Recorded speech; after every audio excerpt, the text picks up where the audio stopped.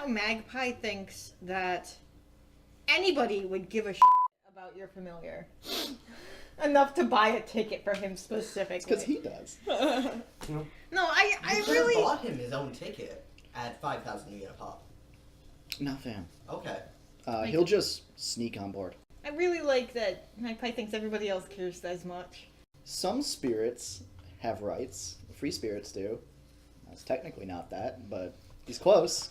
Around the time you get there, they are letting passengers board the train. There's several people in a dark gray uniform that you recognize as like the uniform for that line, that train. They have the logo on their breast. And they're basically instructing everyone like, okay, if you have any weapons or valuables, please give them to the staff so that they may be secured for your safety and for the safety of other passengers. This way you don't have to worry about anything missing from your sleeping car. We store all of these things, and they will not be released until the train has come to a complete stop at a station and you can verify that they are yours. Yeah, I'll just hand over the Colt America he's got and just go in. Yeah, no, and they log everything. You see them put down the documentation. They take your info, whichever ID you choose to use is what they log it under. And they're even willing to escort you to the baggage car so you can see exactly how they store it. It's nothing fancy. It's basically locked up in a safe. And the staff that has the codes to all of this doesn't even travel on board the train. They are only available at the stations. So then no one can be like coerced into opening any of this up. They are safe until you get to your destination. That makes a lot of sense. Yep. Tony has a small ladies' hand special revolver that he will happily turn over to the authorities. But he is going to attempt to keep his pocket knife, or his switchblade, I imagine he's got, on his comb or whatever. It's kind of his last line of defense. He's going to attempt to keep that in his pocket, knowing he can talk his way through. They do, at least, and I can't speak for the other trains, not in this instance, but because this is a luxury train, there's a lot of money that's been dumped into it. Mm-hmm. They like to provide the most enjoyable atmosphere possible. Oh, I understand they're probably not going to let you keep it. So they have very strict, like, if we find a weapon on you after you've boarded, you will be ejected from the train. Oh, alright, so there's real high stakes here. Yeah. Violently ejected from the train while it's still moving.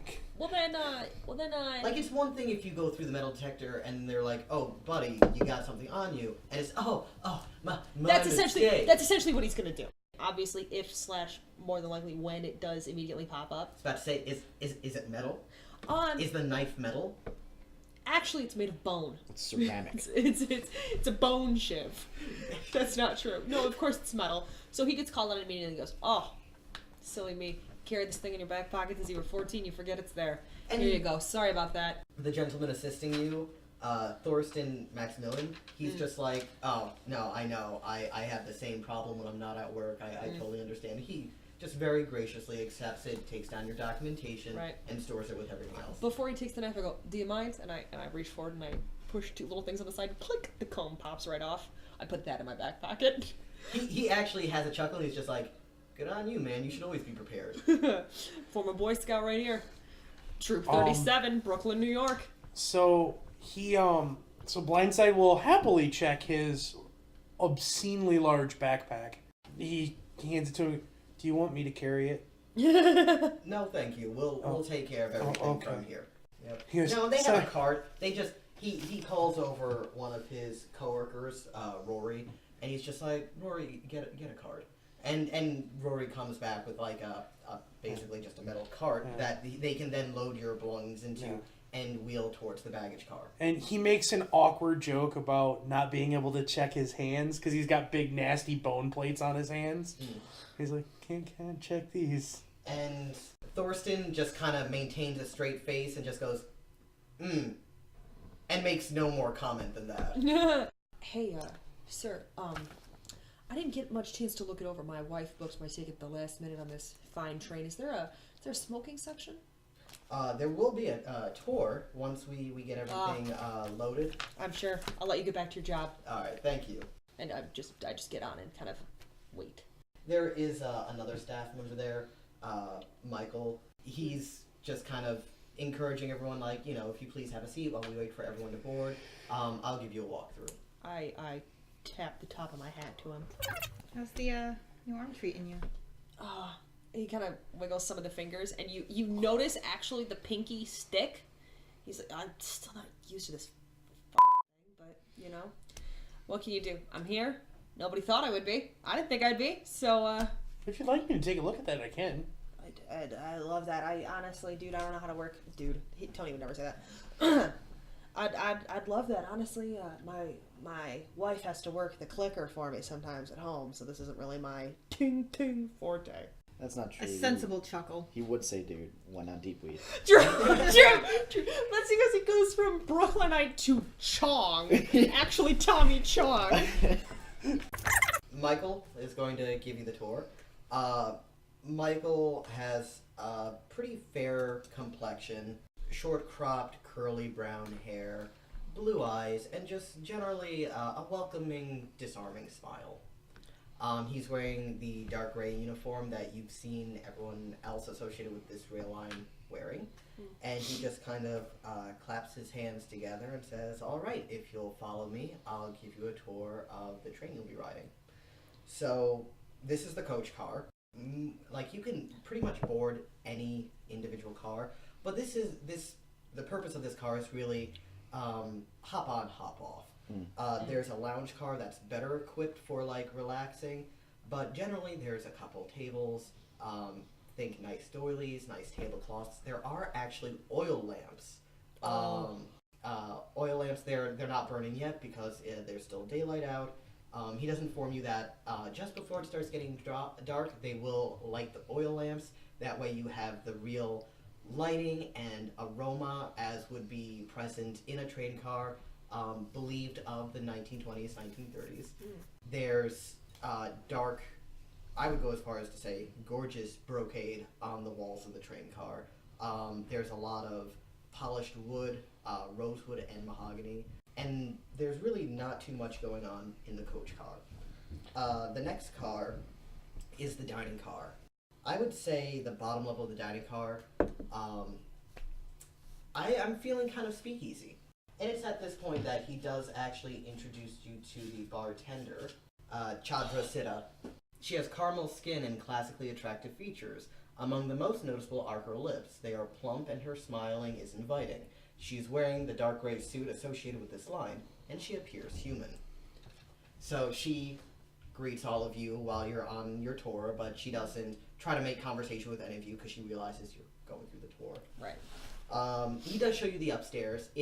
There's a lot more light. It's much brighter, much more like bed and breakfast. The following car is the lounge car. This is where there's a lot of the relaxing. It's a lot more communal. They do have like old chess sets, checker sets, backgammon, like a lot of the older games. In most of the cars, if not all of the cars, there will be windows just so you can view the scenery.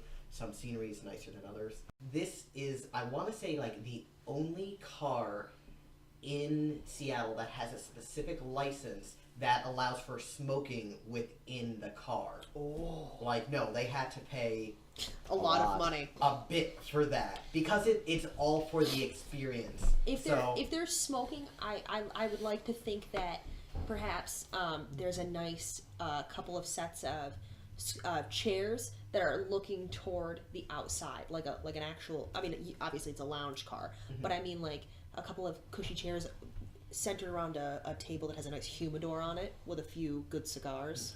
You may see the chairs arranged in such a way. Yes. My mind has it as like a darker kind of like that's Dad's study. We don't go in there. Type, you know, yeah.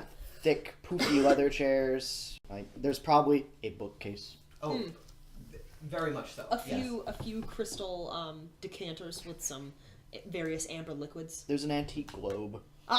Yeah. Oh, definitely. The globe is filled with liquor. All of Somebody that is lifts the correct. lid. Oh. I would say except for the liquor, just because that has to go through the There's a bartender. bartender. And then the top of this car It probably wouldn't be as dark and broody. It would probably be a bit lighter with some more modern amenities. Should someone just need to check their comm or something. Right. The wireless is great there. Yeah. Following that is the sleeping car, where you all have your own rooms. That's what your ticket buys you, is your own private space. Very much in the same decor. Not to be picky, but is there only human-sized cars, or are there also troll and or dwarf amenable There are a variety. cars? Yes. Okay, just curious. Yeah. Because I mean, I can make it work. I can make it work in a human-sized cart. I'm thinking about this dude. I'm probably in a couple's room Yeah. that just has a big bed. They're pretty large considering it's a train. You got like a decent amount of room in your room. So I'm not, my feet and head are not both inside of me. What I'm hearing is we're on the Titanic of trains. Basically, yes. That's a Great, way so to we're gonna describe it. crash. Thanks, Gene. You're welcome. And then that's it. So you guys can choose which cars to go to, who you want to interact with, if you want to meet the conductor. That's all entirely up to you. I know for sure I at least want to go get my room settled, put my stuff in it. How are our individual cars secured? Do we have like a lock to our door? Is there like a compartment under the bed where I can put my things if I wanted to keep them safer? Sure, I'll say that there's probably a compartment under your bed that has the same key as your door, and it is your classic metal key, turn in, lock, yes. Because, again, keeping with the aesthetic. Right. Well, Tony's just going to get his stuff settled then and mention to anybody in the team that he passes on the way that he's going to get a drink at the bar cart. Okay. Start out there at the speakeasy, and he'll meet anybody there. So Magpie feels like two uncomfortably large hands wrap around his shoulders and like lean in a little too close and squeeze just a little too tight. I definitely am way wearing the wrong outfit. I'm gonna change and then I'll meet you at the bar car. And like he's really friendly and a little too excited, so he's shaking you a little bit. Doesn't require touching the suit. Sorry. All right.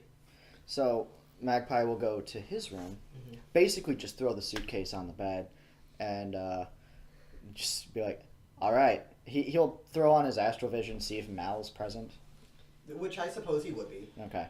All right, so we're on a luxury train on someone else's dime. It's full of liquor, and we're above water. Let's party. Oh, my God. And he's going to the bar. Solar Flare will put her bags down. She's not really going to unpack anything because leather doesn't really get wrinkly. Right. So she'll... Wait, I'm sorry. Leather doesn't... I assumed you would only have one cat suit that you just rewear. Excuse me? I don't know Excuse you. why I didn't imagine that you would have 5 identical cat suits. Excuse me.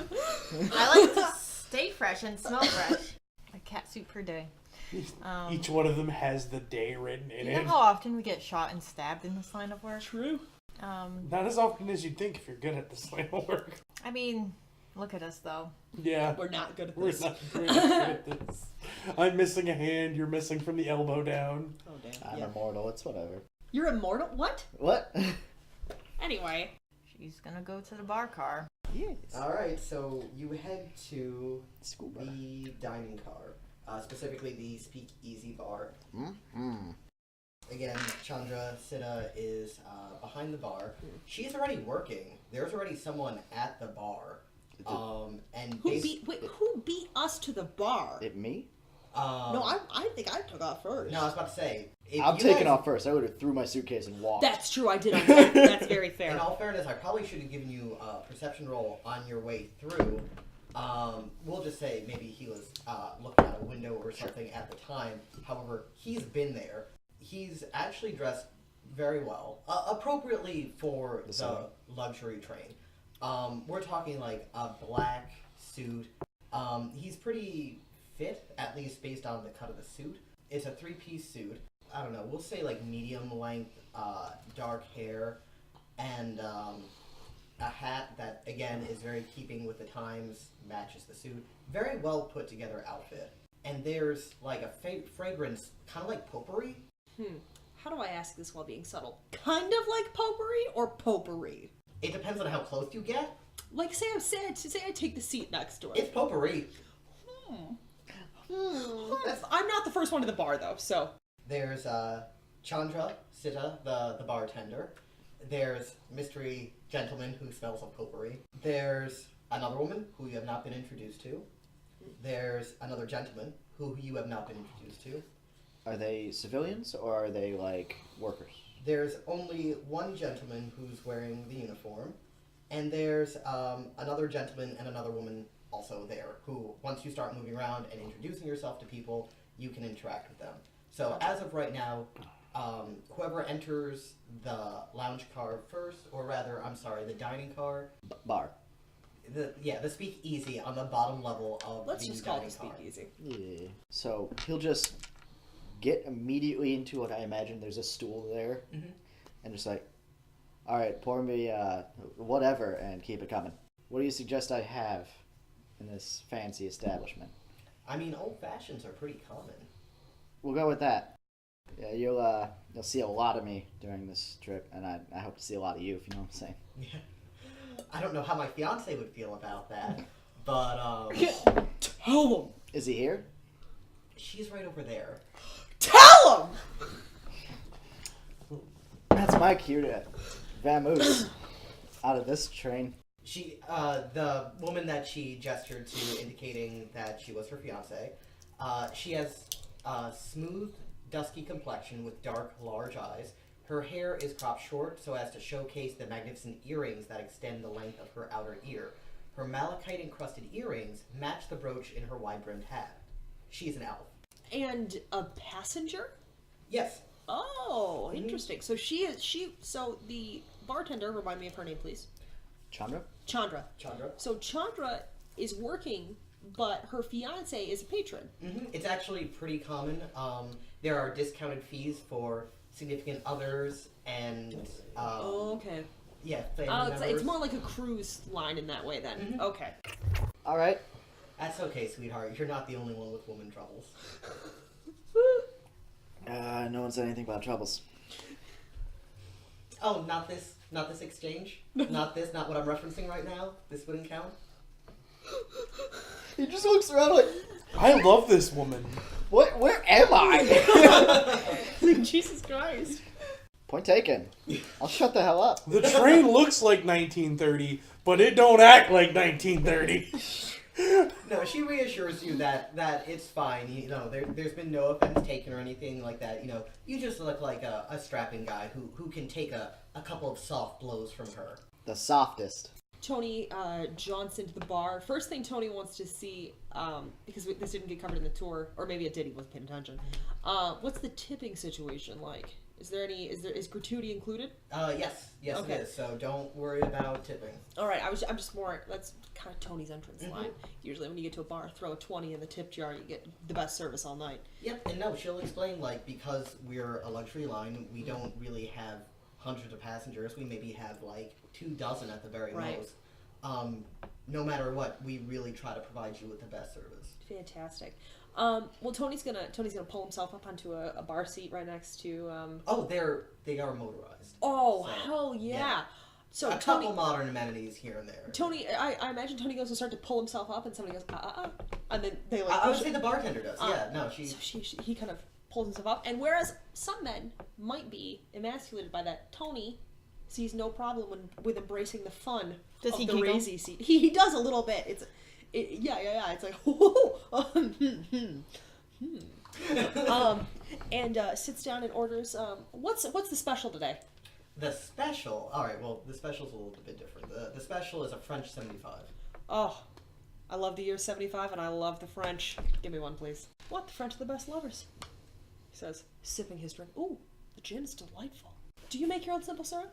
I do. I could tell. It's delicious. Tony might use that to segue into a conversation talking shop as far as bartending goes, but he's definitely not trying to monopolize, like if this woman's trying to work, he's not. Oh, sure. trying not to take up too much of her time. I mean, as of right now, there's only 3 people at the bar. Oh, cool. Yeah. If she's not too busy, then he'll have a nice, pleasant conversation with her. Have we ran together? I don't remember. I don't think we have, which is why he's kind of not really like. We don't have that buffer to introduce yet. So you're a bartender? Yeah, I run my own place actually back in Seattle. Half Pint, maybe you heard of it, out on 46th. I spend most of my time at the Ace of Clubs. Oh, Tony has a few. He goes there and he goes. I've been at the Ace of Clubs a time or two. Let me rephrase that. I know a few people that spend a good amount of time at the Ace of Clubs. I've had a drink or two there, but great place, great music. Absolutely. That's the one singers thing, to die for. That's one thing the Half Pint doesn't do. We don't do the whole live music thing, but different crowds. On her way from the passenger cart to the speakeasy, she's just going to try and do the cop thing and just memorize like the little layout of everything. Okay, sure. And just kind of, in case anything goes down. Okay. She wants to know where the exits are, where the windows are, where the closest hidey hole is. That Fastest kind way of to thing. climb to the top of a train. Yes. And so she'll come into the bar. She won't immediately go to the bar. She'll kind of just take a good gauge of like the people that were already in there. Guess I'll roll. Yeah, go ahead. Oh, Look, that's 1, 2, 3. I mean, you don't recognize any of the guests there. I mean, the bartender, you pass the bartender. However, the smell of potpourri does catch your attention. That is certainly familiar. Is it? It is. Is it? It's rather familiar. Yes. Do I need to roll anything to put 2 and 2 together? No. If you recognize potpourri, you'll probably recognize this. Well, it'll just be the potpourri. You wouldn't have seen the suit. Because the suit's usually hidden beneath the cloak. I mean, I can't even say I'm going to give him a look because I have a mask on. So I'm just going to, We really just need to get Liz a metal trash can to wear when she's playing Sun. yeah. Yeah, so she's just going to kind of like cock her head just for a moment before moving promptly on, and lean at the bar and just order a Shirley Temple. Okay. Nope, and she will set you up. She'll check first and be like, "I'm sorry, did you mean a dirty Shirley?" I hope she did. I don't drink on the job. What job? Tony even looks at you and goes, "Eh?" I thought you were a guest here. I'm dry. No, that's certainly all Recovering alcoholic, you understand. right. I do. It can be a struggle. And she'll set you up with a Shirley Temple. 4? There's a very familiar walking cane resting up against the bar. Tony will bring his drink up to his nose. He hasn't actually drank much of it yet because they haven't been there too long. And he's trying to be cool. And he takes a smell of it and he goes, is there a little bit of cinnamon? Maybe like rose extract in this drink? No, that's not that. He kind of looks around and as he's kind of piecing it together, and you actually see the realization hit him, and then you see him go, "Oh right, be cool, baby," and then he's like just drinking his drink again with a little more subtleness than Some he might have. discretion. Oh right, some casual discretion, and then but he does kind of throw a look to Sun like, if you could read minds, you might think, why the f wasn't he included in the call then? But She just kind of lifts one shoulder up very slightly, like, yeah. I don't know why he's here. He's my partner, not my pet. Fair. I don't control where he goes. Yeah, but why would you go to pet? Like, he's my partner for work. He's not like my partner in life. Like, I can't. Why would you not It's the bird recognize him mask. as another person? He's barely people. Because you wear a bird mask and we think you're actually a bird? God, okay. So before that goes any further, let's have Blindside come in. So Blindside walks in, so it's 2080. So he walks in from wearing a suit that looks like it probably used to be black, but now it's like a slate gray. Oh. And the style is like 10 years old at the earliest. Got ya. And he's wearing it in a manner that would say, I got this suit for my high school graduation, and I have not replaced it, and I've grown at least 4 inches and gained 100 pounds. So it says, this suit didn't fit me when I bought it. It definitely doesn't fit me now. Exactly. Meanwhile, you have 2 men wearing bespoke tailored suits. But he is trying, and the knot on his tie is actually just like a regular fisherman's knot. Alright, so you sit down and we leave. no, I don't think it's that. It's that we sit down, and he sits down, and we kind of look at each other and go, listen, are we not gonna do something about this? Like, I'm not touching it. This is on you. He adjusts it he he's so mumbles to proud himself, of it. He mumbles himself and says, goddamn dad responsibilities. Listen, come here. So now what's happening is you're sitting down in a chair. Tony's found a table to stand on, and is not really, because this is a very nice place. Tony's not standing on a table, to be clear, but I imagine has pulled over an ottoman and is now standing on that, and is putting your tie into a nice double Windsor. It's more Better. It's less of a mom at the high school dance going, you look ridiculous, and more Tony does, obviously, he gets his drink first. It's more casual. Hey, did you hear about this new style? And not, let me show, like, he's really trying to work this in a way that's not, I'm responsible for you. And it's not like shaming him for not being able to tie a tie. No, it's more of like that moment when you're in a social situation, you'll go, oh, we all know this is inappropriate. But how do we address it without being inappropriate? Yeah. Kind of a thing. Yeah. But yes, there are still these other people in the room. Do they seem to know each other? Yeah, they seem to be having a casual conversation. It's certainly not closed by any means. Okay. What are they discussing? They're discussing the trip, a couple of the stops that they were going to make, scheduled stops along the way. What hand are they holding their drinks with? Ooh, good question. Excellent roll perception. I got a 3. I'm gonna go ahead and say I'm still reeling from getting wrecked so badly by the bartender. Okay. You're over there lightly applying ice to the wound. Just some Hey, you're aloe. an EMT. Old memes die hard.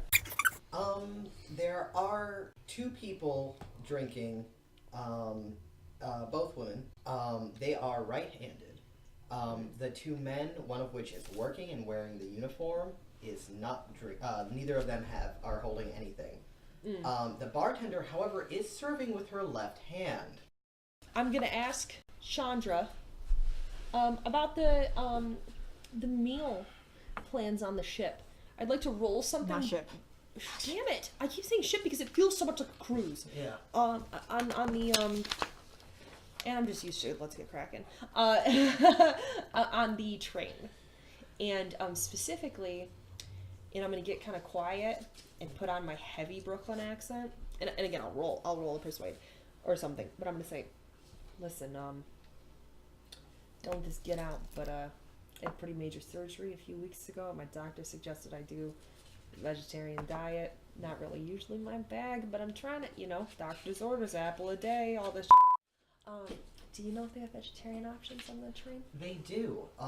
Both Oriel and Edmund would be more than happy to prepare a vegetarian option of whatever meal we're having. I know my fiance has actually been trying to go vegan for quite some time, but as unlikely as it seems, I'm actually a fan of meat. He laughs out loud at that for sure, and he goes, "Let me tell you, the thing I miss most is a nice steak. My doctors think in a couple weeks when my rehab's done, I could probably transition my diet back. But I'm glad to hear you guys got some options for me. Thank you. And this cocktail was delicious. I'll have another. Oh, fantastic! And she'll whip you up another. Yes. I got a question. Okay. One of the female guests, you told me 2 female guests are right-handed. Mm-hmm. Are either of those the fiance? Yes. Yes. Okay. Because the fiance is one of the 2 females in this room. Mm-hmm. Okay. And with fiance, we also know, fiance whose name we don't know yet, she is a vegan, or attempting to be. Tony will listen in for the name of a city in Asland that he has done business with before. Let's be honest, Tony sells drugs.